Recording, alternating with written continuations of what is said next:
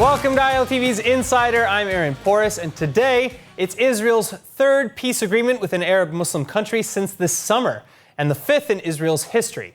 Israel and Sudan now coming together for an incredible deal, and joining us to discuss is former permanent representative of Israel to the United Nations, Ambassador Dani Danon, and Vice President of the Jerusalem Institute for Strategy and Security, Colonel Dr. Eran Lerman. Gentlemen, thank you both so much for being with us today. Thank you. All right, so first off, I want to start with some initial reactions. Ambassador Danon, what do you make of this latest peace agreement? We all agree that we should be grateful for President Trump for leading the efforts. It is a very important agreement, not only for Israel, but for the stability of the region. For many years, we spoke about the quiet dialogue that we had. You know, in the UN, I worked very closely with many Arab ambassadors, and I tried to push them to do things publicly. And I think now we think that it's happening. So I expect that we will see many more countries following the UAE, following Bahrain and Sudan. And if in the past we spoke about the Arab League, the 22 Arab nations automatically condemning Israel and fighting against Israel, and we remember in the Yom Kippur War, they actually even sent troops to fight with Israel, some of them. It's not going to happen in the future. We're having a dialogue with them. And numbers count when you speak about diplomacy. So can you speak to which countries maybe you've been in covert talks with? So, you know, for sure, the UAE, many other countries in the Gulf, you know, the moderate countries. I have visited some of them during my tenure at the UN, you know, and everything was done under incognito. They asked me not to put anything on social media. And, you know, it was a joke. And I told them, why are you doing it? Why are you so afraid? Look at Egypt. Look at Jordan. Nothing will happen to you. On the contrary, you will be empowered by recognizing Israel. And that is exactly what's happening today to the UAE. Look at the attention, look at the support they get from other countries. So, Colonel Lerman, you know, I want to turn to you now. Do you agree? You know, why do you believe that it took this long and two other peace agreements to get Sudan, to come to the table? Well, as you know, the Prime Minister met leaders of Sudan some months back. This is not entirely coming out of the blue. It's the result of a long and complex set of parallel negotiations between Israel and Sudan on one hand, and between Sudan and the United States administration on the other hand, because there was a body that needed to be properly buried, namely admission of responsibility by a former Sudanese regime for the attacks in Kenya and Tanzania some years back. All of this took time, required careful management, but finally this was brought to fruition. Israel has a lot to offer to Sudan. Some years ago, already under the previous regime, Sudan walked out of the Iranian camp and made itself the ally of Saudi Arabia and the moderates in the struggle for the future of both the Arab world generally and the Red Sea region specifically. Still, Sudan is a complex place. There are Islamist elements, as we can see, that are protesting this decision. It is a country still in turmoil after years of internal oppression. But by now, I think it opens remarkable opportunities for Sudan and for us. Well, so that's what I was going to ask you, is because, you know, Sudani leader Abdel Fattah al-Burhan is now seemingly on a campaign to convince the rest of his country about the merits of this deal, saying specifically that Sudan is the biggest winner and that, you know, he wasn't blackmailed into getting to this agreement. So what's the general feeling on the ground amidst the average Sudani? Well, as you may recall, the previous Sudanese regime, that of General Bashir, was for years close to the Islamists until he basically broke with them. So Islamist elements, Islamist movements, Turabi's legacy still lives on. And some people, I don't know if you can read the Arabic, but as you saw in these handheld messages to Burhan, some people consider Burhan and the present government to be agents of a foreign power. And Iran still has its own interests in the Red Sea basin. They are fighting a deadly war through the proxy services of the Houthi uprising in Yemen, just on the other side of the straits. So all of this means that the struggle to win support in Sudan is not going to be simple, but given the benefits for both countries, I should hope this ends well. Well, all right. So, Ambassador, I want to come back to you now, because speaking about Iran, from Israel's perspective, this deal eliminates a major support network for Hezbollah and for Iran. How big of a blow is this to the Ayatollah regime? Well, it's not only Sudan. When you look at the map, you see that more and more countries that are not close to Israel, but are close to Sudan, are aligning with Israel. So for us, it's meaningful. And also, when you look at the past about the transportation of the revolution, it can be with money, terrorists, explosives.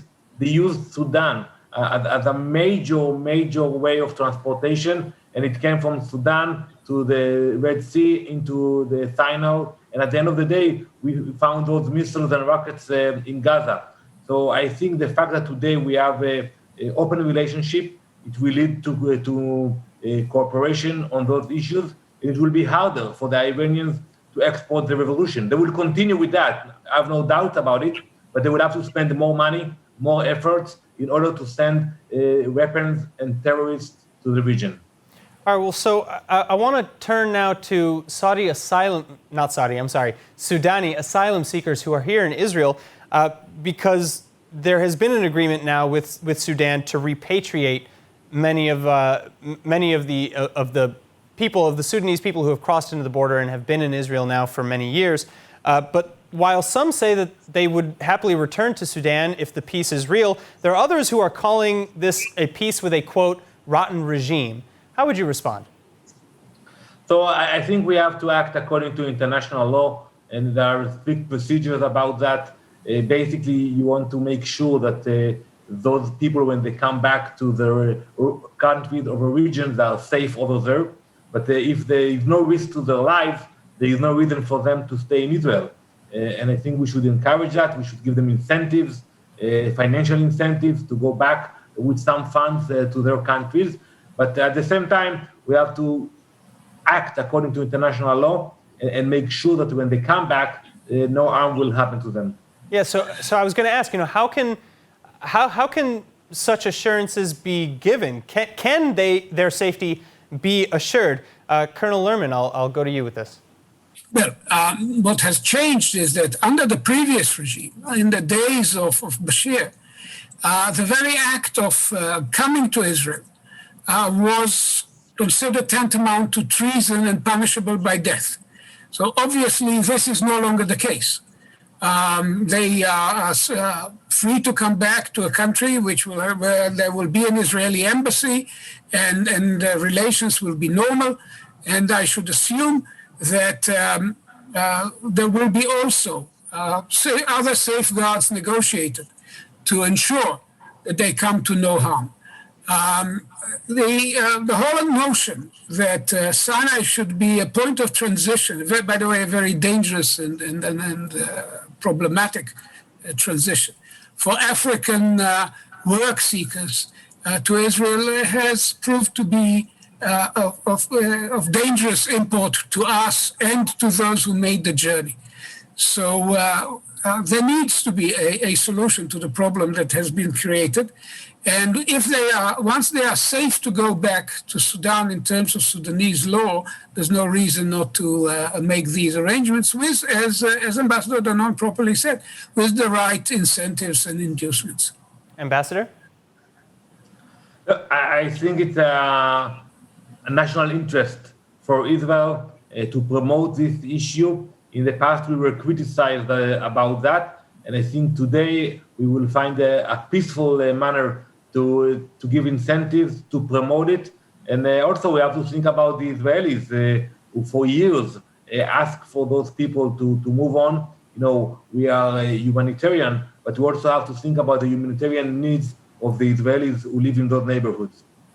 All right. Now, meanwhile, in the wake of Israel's third landmark peace agreement with an Arab Muslim state, Israel's current ambassador to the United States and the United Nations, Gilad Erdan, took to the virtual plenum for his first address before the United Nations Security Council. And there he blasted the Security Council members actually for ignoring the recent changes in the Middle East. Specifically, Gilad Erdan is calling out the world body for failing to change its decades-old talking points while the Middle East evolves before its eyes. Ambassador, how should the international community be responding? So it is unfortunate. For years, I tried with my dear colleague, Ambassador Nikki Haley, to change the pattern of the Security Council when they come to speak about the Middle East to focus only on the Palestinian issue. But that's what's happening for the last 15 or 20 years. They don't discuss global issues, global problems of the Middle East. They speak only about the Palestinian problem.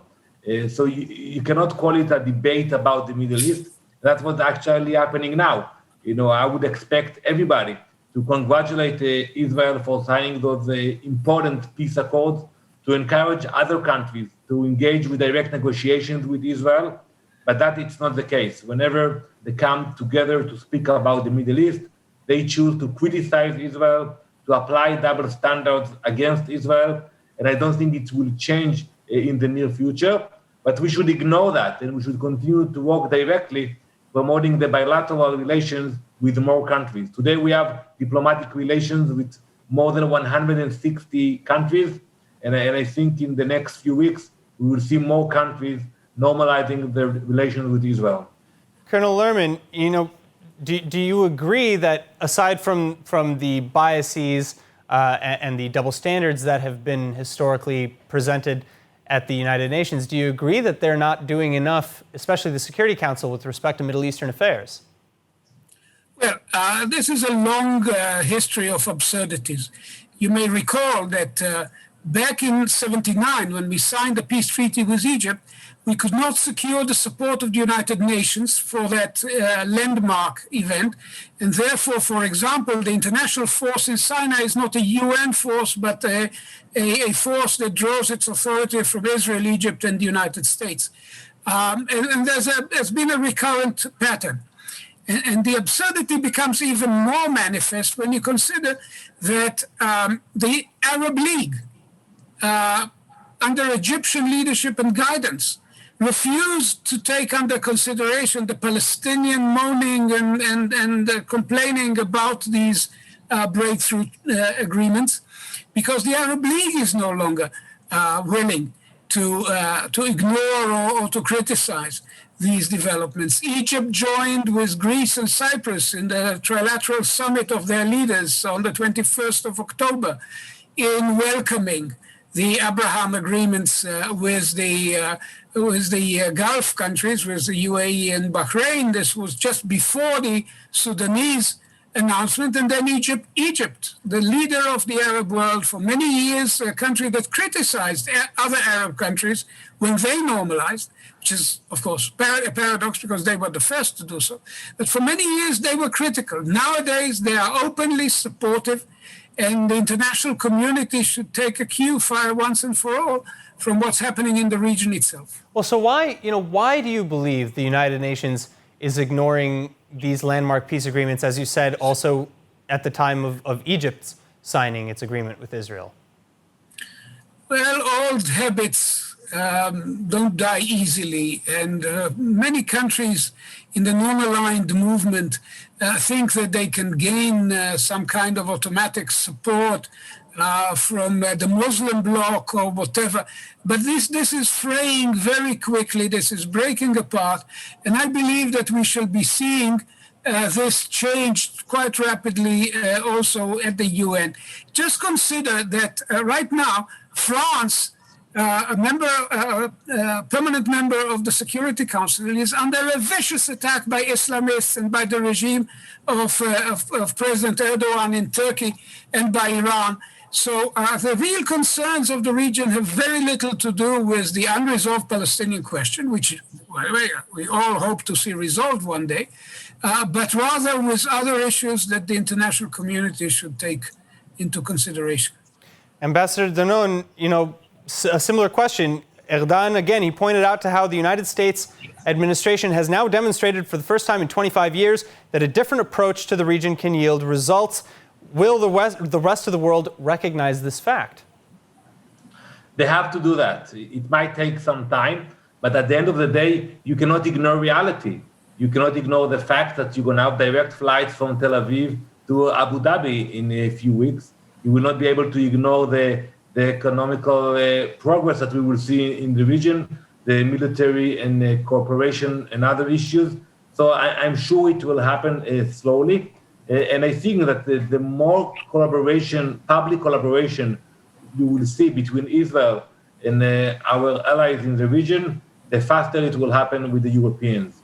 And many times I told my colleagues, mainly when we spoke about the threat coming from Iran, if you hear the same messages from me and from the ambassadors from Saudi Arabia, UAE, Kuwait, you better listen to us. So it's not about Israel anymore. It's about the region, the stability of the region.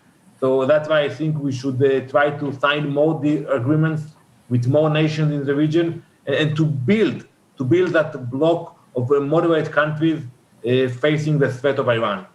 All right, well, so I'd like to get a little bit more literal now. What is Erdogan looking for when he says that the United Nations needs to mark these historic agreements? Is he looking for an applause, or what does he want from the world body? No, but basically, I think it's very basic to hear from them that they congratulate the US, they congratulate Israel, the UAE, Bahrain, Sudan for achieving peace. But when you look at that, the goals of the UN that was established, it was established for that reason, to establish peace. And it doesn't happen too often. So I think it was disappointing to see that they chose to ignore it. But I can tell you that, when you have private conversations, many diplomats and many world leaders appreciate what we have achieved in the last few weeks. So now what we need to do is to push them to bring that acknowledgement from the bilateral arena to the multilateral arena. All right, now, Colonel Lerman, I want to go back for a moment now to Iran, because again, with their network disrupted with these recent peace agreements, how are they going to react? How might they change their strategy?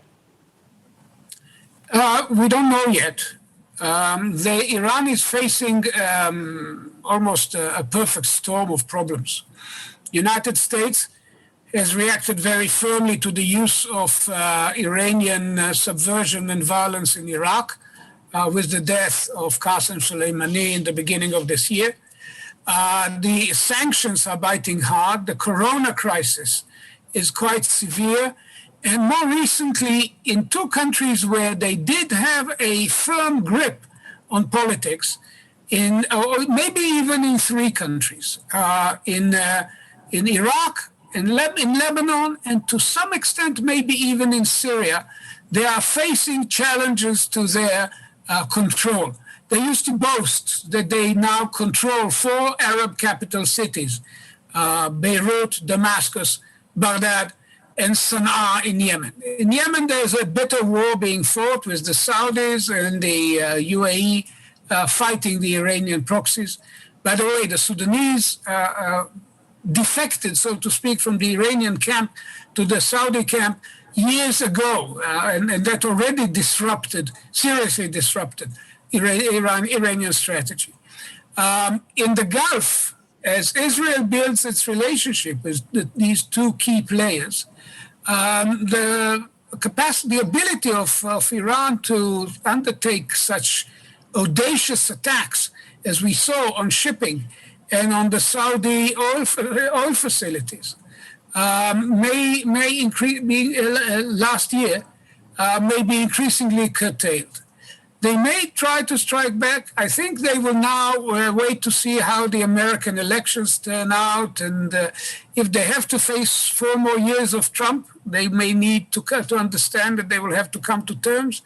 If they have a Biden administration to deal with, they may try first to see if they can be sort of nice to them, quote unquote, in order to bring things back to where they were under Obama. But sooner or later, we may come to a point of serious danger. And in addition to all of this, at the regional level, there is the ticking clock of the military nuclear program, their enrichment program, which is now running completely free of all limitations and may put us in face of a major challenge in the not too distant future. At some point, probably even in the first half of 2021. All right, well, I know that we also have, of course, as you mentioned, the Iranian influence in Lebanon right now after the explosion in Beirut over the summer, and then, of course, the political and financial issues that Lebanon is facing. Hezbollah, the Iranian proxy in the state, is on the rocks, really, in terms of its influence. Do we see a potential peace between Israel and Lebanon in the coming future? Ambassador, I'll turn to you for this. So unfortunately, today, Lebanon is under the occupation of Hezbollah, and you don't see an independent Lebanese government. So if you would ask me about the Lebanese people, for sure, they want to cooperate with us, and we want to cooperate with them. If you ask me about the Lebanese government, so those who are moderate, they speak about it. But unfortunately, when you look at what's happening today in Lebanon, Hezbollah, they gain more power, they have more control, not only in the government, also in the military of Lebanon, and that is unfortunate. Many times we see that international organizations and countries that want to support Lebanon, want to support their economy, but when they understand that at the end of the day, it's Hezbollah that will decide about the future of the funds, will be in charge of the project, they choose to move on and not to invest in Lebanon. So I wish, I pray that the Lebanese people will find a strong leadership that will be able to push Hezbollah away and to focus on rebuilding Lebanon.